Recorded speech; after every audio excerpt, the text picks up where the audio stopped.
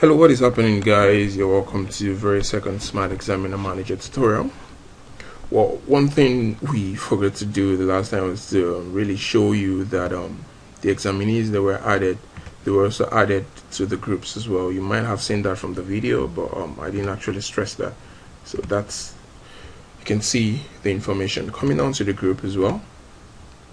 You can see that they also added as well.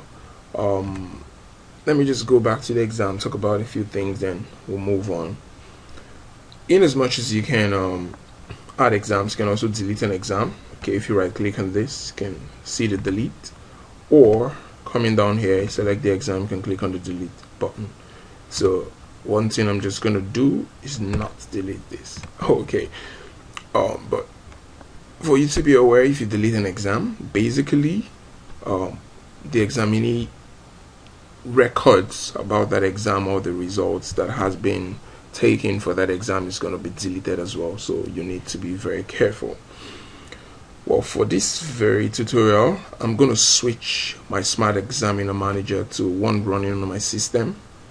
This is this other one is running on the virtual machine, and this is running on my system, but they are connected to the same Ratelsoft server. Remember, we installed the Ratelsoft server here. Okay, one thing I'm just going to do here now is to just show you that we're basically running on the same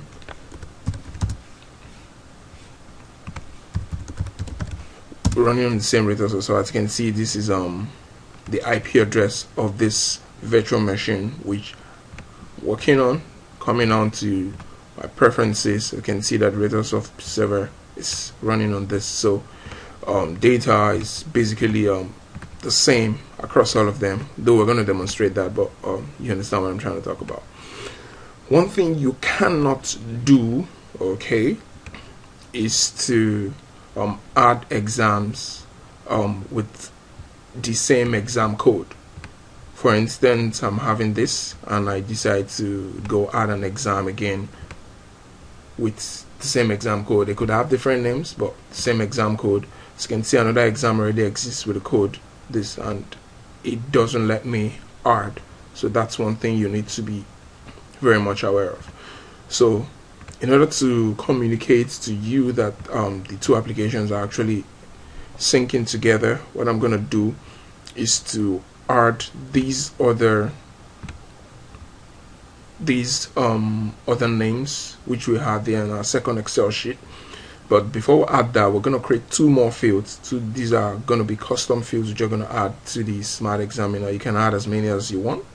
One student number and the other class. We could decide to take this one off and let it serve as the examinee code, because each examinee basically has a code which was generated automatically. If, as we did not specify, it was actually generated automatically. The Ratel in front of it is more like a prefix which can be configured from here. You can change that to whatever you want, and whenever you add examinees and you do not specify a code, it's going to generate with that, and that's basically what would happen. Okay, so what we'll do is to add the other custom field by coming down here. As you can see, add examinee custom field. That's basically what I'm going to do. And what did we call it? That was class. And so basically I'm just going to come here and add class, and the type of field is just a text field. If you want a field that is a number field or a field that can have decimal points, it's up to you basically. So I'm just going to add this field, and it says it's added. Do I need to create another field? I say no, and if I come down here, scroll down, I can see the class field is already available, and then I can add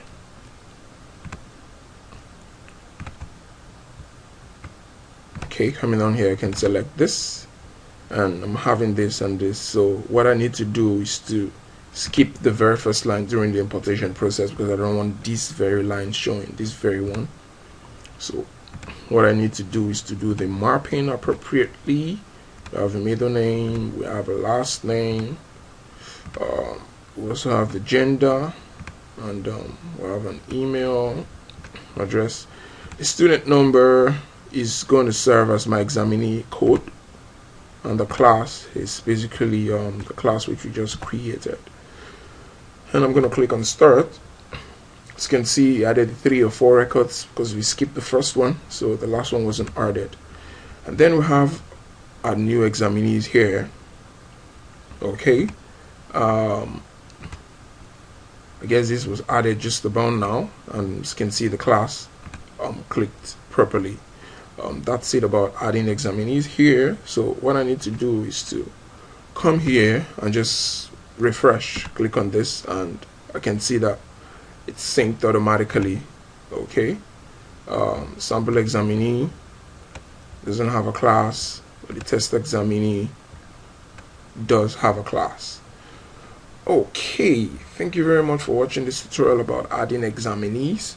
The very next tutorial I'll be talking more about customizing some information about examinees, mapping them to exams, and what have you. See you in the next tutorial.